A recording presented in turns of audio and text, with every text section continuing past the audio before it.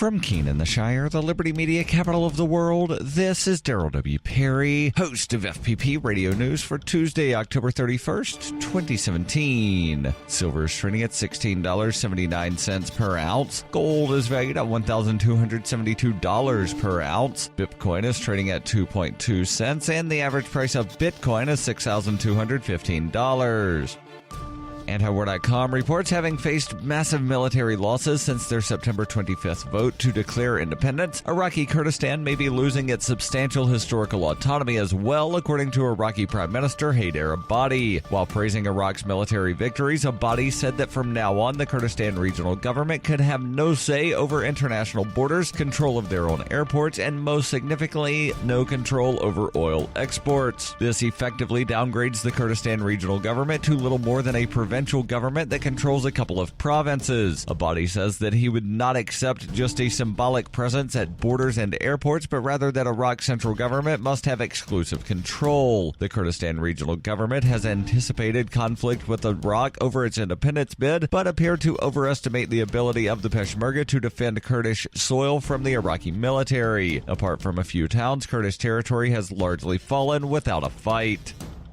For over 40 years, Robertson Roberts Brokerage has been a trusted source for buying and selling precious metals like gold and silver. And as a Bitcoin-preferred business, Robertson Roberts Brokerage has removed the minimum purchase amount for all orders paid in the digital currency. Call Robertson Roberts Brokerage today for knowledgeable advice on buying and selling precious metals and a forward-thinking approach to new technologies. 800-874-9760 or visit online at rrbi.co.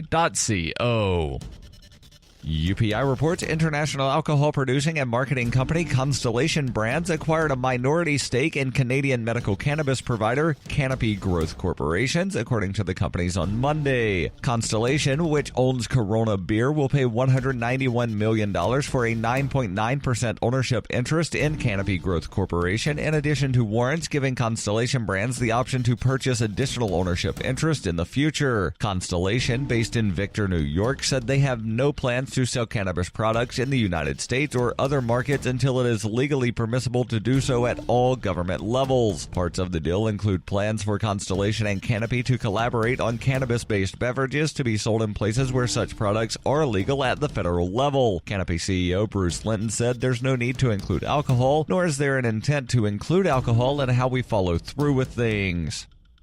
Whether you're looking for precious metals or books, you'll find that and more at shop.fppradio.com. Every purchase you make from one of my affiliates at shop.fppradio.com helps fund FPP Radio. That's shop.fppradio.com.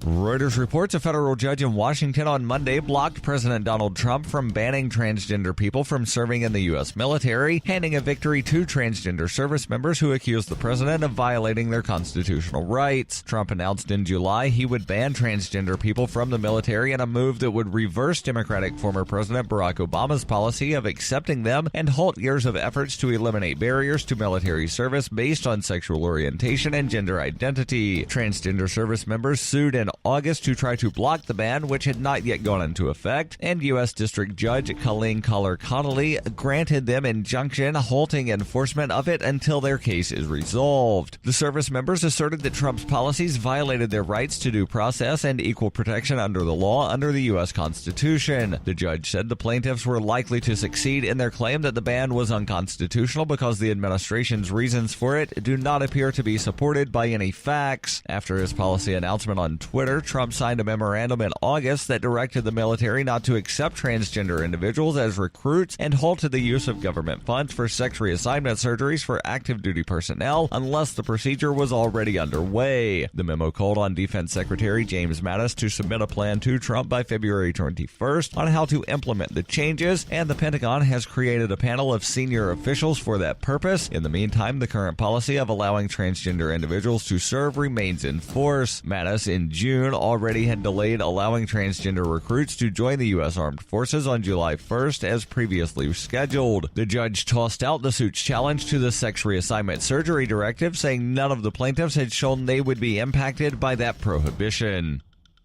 This has been FPP Radio News, online at fppradio.com.